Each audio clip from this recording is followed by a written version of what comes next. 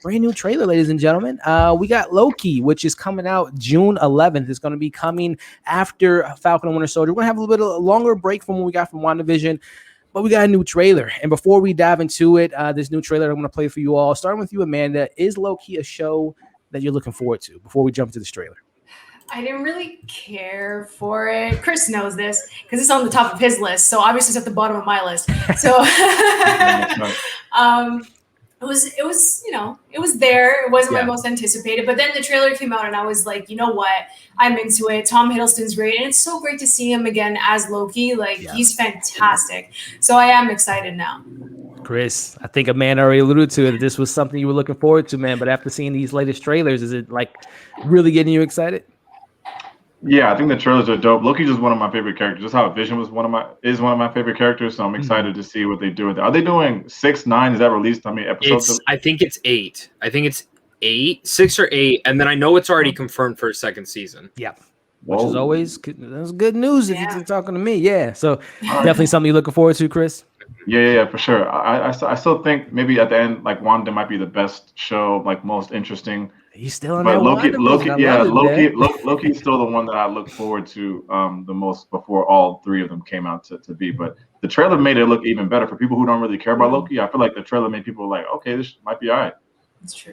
Hey, tossing it to you, Zach, as far as anticipation level for this before we dive into the trailer, man. Where's Loki sit for you? It's funny. I wasn't excited for the show at all when they announced it. I remember when they did announce all the stuff at Comic-Con, I was like, okay, I'm for it. I love Tom Hiddleston as Loki, but I don't think we need a show with him anymore. Yeah. Then the first trailer came out, and I went, wow, that is not what I was expecting at all. Yeah. And then the second trailer, which just came out also, and it's my most anticipated thing they're doing besides Moon Knight for the shows. Yeah. I think when it was announced, I didn't think it was going to tie in that heavily. I thought it was going to be this fun side adventure thing with Loki going to different kind of things. But now it actually seems to fit way more important than we think it is. And if it's what I'm thinking that they're going to set up Kang within here, then I'm 100% all in because Kang is one of the coolest Marvel villains. And since we already know Jonathan Majors is going to be him, and the fact that Jonathan Majors is playing Kang is the coolest thing in the entire world because Jonathan Majors is freaking awesome. So I'm excited to see. Loki's now my most anticipated show from Marvel until Moon Knight, and then just count me all, and that's all I want is Moon Knight. Hey, top to bottom. I'm right there with you, man. And like the panel said, this is something that for me personally, I love Tom Hiddleston in the role, but it's just the guy's died 3 or 4 times. And it seems like Marvel sometimes is just milking that character. But when you have a good character, you got to do something new. You got to do something fresh. You got to bring him back to the forefront. And I think that there's going to be a lot to this show, and I'm excited for it. But with all that being said, for those that are just now hearing about the Loki trailer, if you missed it this past week, we got a surprise for you all. We're going to play the trailer, and we're going to break it down and see what we got here. So let's get this bad boy started with the new Loki trailer. I know what this place is.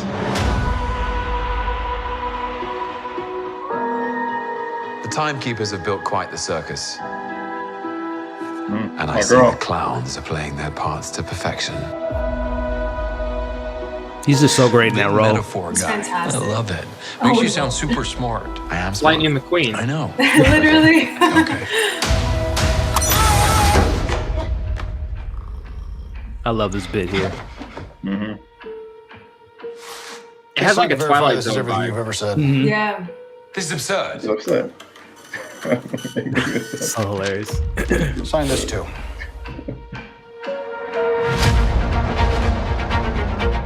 We protect the proper flow of time. You picked up the Tesseract, breaking reality. I want you to help us fix it. Why me? I need your unique Loki perspective. Do I get a weapon? Nah. Looks so awesome. You really believe in this Loki variant? Luckily, he believes in himself enough for the both of us. Why? It is adorable that you think you could possibly manipulate me. I'm 10. It's ahead This of show you. looks beautiful. Like amazing. You're not big on trust, are you? You can trust me. Loki, I've studied almost every moment of your entire life. You've literally stabbed people in the back like 50 times. Might never do it again. They're gonna be so great. Jesus Christ, it just looks so I'm hyped. I'm I can't. hyped. It's looking good, ladies and gentlemen. This reminds me so much of I don't know if you guys watch Legion on FX. Yes. Noah Yeah. Hawley. It kind of gives me that Legion Yes. vibe with the colors and kind of how they're shaping everything out. But Amanda, tossing it to you first in regards to this trailer. It looks What are we wicked. getting into? Time travel, 13 branches of reality. Loki has to fix reality. What can we look forward to in this show, Amanda? It's gonna be a lot to process, and guess what? There's gonna be 10 times more theories that we're gonna talk about. Oh my gosh, for this Mephisto! You show. guys thought Mephisto was the talk of the town. Wait till we get to this show. Jesus. It looks incredible. It looks really good, and it's going to connect to everything in future films as well. That's what it gives that feel more so than WandaVision, because that's more of like a character piece for Wanda. So this is going to look at everything, and oh my god, I can't wait.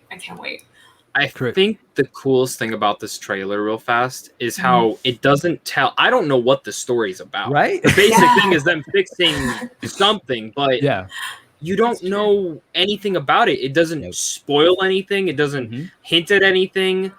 I don't even know what I'm watching. I'm just mesmerized the entire time. Which that's the thing that's so interesting about it. Where WandaVision kind of had that same thing, but throughout while we were watching WandaVision, we're like, okay, where's this scene? Where's this scene? I have no idea. I don't even want to see anything else from this movie or this show. I just want to watch it right now. I'm right there with you, Zach. Man, Chris, man, I know this was high on your list, man. This trailer, bro, is doing a lot for us. Yeah, and I didn't know Owen was in it. I'm a big Owen fan. Yeah. So this is how I'm a big Jason Bateman fan. Even in Thunder Force, I was like, this is you're the only reason. I'm like, cancel Netflix. You're the only reason. But and I didn't expect Owen. I don't do a lot of reading before the show. I try to just let it come to me. But I didn't know he was in it. So, but the trailer, he's just perfect in it. It's he doesn't Loki's this god, and he's like Owen doesn't care. He's just talking to him like a regular dude. So I thought the whole trailer was dope. And like Zach said, I have no idea what the hell this is about. We can kind of understand what Falcon was going to be about. We knew kind of Wanda was just doing some weird, we just knew what her goal was, trying to get Vision back. I have no idea. We know Loki took the fucking Tesseract, we don't know where he went, and that's all I got. We'll see. What the heck we got a couple months to get there, but it looks good. And also, I just looked up. There will be 6 episodes. It has been announced. There's 6 episodes, 44 to 55 minutes long, and it is confirmed for a second season because the writer of this, who wrote Doctor Strange 2, who's writing the Star Wars film for Kevin Feige, he's confirmed to write the season 2. Okay. So nice. And if I'm not mistaken, he's he works with Rick and Morty, right? It's the same writer from that. That's where he started. And a lot of these, the She-Hulk writers also from Rick and Morty, and I think Miss Marvel is too. I mean, they really took a lot of writers from them and said, let's. I mean, look at Deadpool is the Bob Sperkers writers, so. They got a talent pool. I don't know how they. I mean, of course, everyone wants to work for Disney. It's the dream job, I would imagine, as a writer. But I love how they scout these amazing talents out. But going back to breaking it down a little bit more, starting with you, Amanda. A lot of people theorizing Natasha Romanoff. This is Vermeer, and then he's at the Soul Stone. I don't think that is the case. I think that's Lady Loki. But hey, who knows? He's got a lot of time travel going on. Maybe he can go to another timeline. Yeah, possibly. I don't know, and I'm not going to theorize, but Lady Loki would be cool, like you said, so I agree with you. I'm just not going to jump in on, I can't do it. WandaVision literally took everything out of me week after week, so I'm good. Chris, man, you got any opinions on this particular mysterious character who a lot of people, again, there's a hooded figure that we see throughout the trailer, too, that a lot of people are theorizing it's the same character, but Natasha, is she making an appearance? I don't have any theories except the fact that is not Natasha. That's all I got. There's no way that they're in Vormir with Natasha. It's not happening. Yeah. And right before, no. Zach, I don't want to say anything. It is out. It is out there. Who is that? It is out there right now. Yeah, because the casting came out, so I'm not gonna say anything because I know there's certain things in here that like it's not leaked, but like it's just out there. So so there's a lot of things in this trailer that I'm confused by because in my trailer reaction I was like, oh, Black Widow, and then every comment it's this. So then when I went and looked it up, I'm like, okay, yep, that makes sense. And then, I think the villain even came out too, who the actual villain is. So interesting. I know you mentioned Kang the Conqueror a little bit earlier, which I know I can never pronounce her name. She's an incredible actress. Does anyone on the panel know how to pronounce Mahara Muru? Man, don't even try. I'm the worst. Gugu? Gugu Mabutara, right? Exactly. Yeah. Oh, sure. She's fantastic. I love her in everything I see her in, and I guess she's been revealed to be playing Renslayer, who has connective ties to Kang the Conqueror, which I don't know if the Disney and MCU, if they'll use like Disney Plus as a platform to launch like a huge character like that. Like, again, just thinking about the whole Mephisto nightmare thing, it's like not everyone's going to be watching it. So why would you introduce like a big bad on a TV series? It would be interesting. I mean, Jonathan Majors, as we all know, has his ties into TV world with Lovecraft Country last year, and obviously that would be interesting to introduce him in the show, and of course in Ant-Man 3. But we are dealing with time. What's cool about this is, again, like, you get what you put into these shows. I think we've talked about that. Like WandaVision, my grandma probably doesn't need to watch WandaVision, but if she were to go see Doctor Strange 2, she might be a little lost in what's going on. Right. But we have that emotional attachment now to Wanda. Now, wherever White Vision shows up, who God knows where that could be. It's probably going to be in TV, to be honest. Like when that shows up, it'll probably be in TV first, just because whoever's watching the shows is probably watching every other thing. That's the way I view it because think about it this way. I'm sure we're all in the camp that Falcon's going to end up with the shield by the end of the show. I mean, it's just, and what if he's leading the Avengers next time? Well, for my dad, who maybe doesn't want to watch Falcon and Winter Soldier, he's not going to be confused because at the end of Endgame, you saw him pass the shield to him. So they do these things where I think it's smart, where it's the more you get into it. So this show could be the launch off for Kang, or the hints at him. Right. And us who are giant fanboys of it might be like, oh my God, like this is Kang, blah, blah, blah. So when we go and see Ant-Man with our friend who's a dumbass who doesn't want to watch these shows, we can be like, oh, that's Kang. That's Kang. And they're like, who's Kang? It's kind of that cool thing that I think the shows will be doing. But I think there's a lot of people who watch these shows more than the Falcon and Winter Soldier, the first episode, most watched Disney premiere of all time so far, and that's including the Mandalorian and WandaVision. So people are definitely tuning in. I'm shocked by the Mandalorian thing not being the highest, but that's it just goes to show, man, that 13 years of goodwill with the fans. People will tune into these shows, and again, just kind of wrapping up, just kind of a little breakdown here. Again, 13 different realities of branches being created by Loki, which is something that the Ancient One warned Bruce Banner about, but obviously Bruce, they had a plan to put everything back into place, but obviously with Loki taking that Tesseract, it messed things up. So Amanda, are you theorizing in regards to like these 6 episodes as far as like the fixing of the time per week type of storyline? Do you think this is a show that's going to be more, I actually think this might be more of a timekeeper show, just happens to have Loki in it versus the other way around? I think they're using Loki as like the selling point to introduce this new kind of time bandits, because we've never heard of them before, which is always something to gear your mind towards, and the MCU kind of backtracking a little bit. But in regards to what you're hoping to see with this show as we wrap it up, well, like you said, like I think that it's just gonna like break it down. We have 6 episodes, so you have to put in as much as you can in those 6 episodes, so you get to explore different avenues. So I think they're going to really break it down each week and give us a taste of like different realities each week, because if you look at the title card, everything keeps switching. So I don't think that it'll just like keep us in a place for too long, if that makes sense. So I think that they're really going to break it down. And for season 2, if they can keep doing that and then connect it to the movies and then like explore these realities and how one thing affects the other, and we don't see it on the big screen, but we see it on Loki, like it would be really cool to have that connection. I totally agree with you, Amanda. And Chris, I mean, I'm not a big fan of time travel. I love me some Endgame, but time travel can get very, very, messy, very convoluted. And I love Dark, which is the best time travel like story of all time. But what do you think about in regards to this time travel? Are we going to be getting appearances from Thor, Odin, Hela, different timelines? He's a variant. Are we going to get other characters that we might have seen in the past make their return in the show besides, the theory of Natasha? Yeah, I don't think we're seeing Natasha. I don't think we're seeing Thor. Maybe a flashback that's something that's already like been established, but I don't think we'll or get like Thor. them as kids or something like that. Yeah, that'd be cool. That'd be cool. Time is interesting because then it's kind of cheaper. You could just fix anything. It's kind of like X3. Yep. But yeah, this shows all the way is going to be interesting because I, in my opinion, Loki's like the least popular of Wanda, Falcon, and like people who are like casual would probably pick Loki last.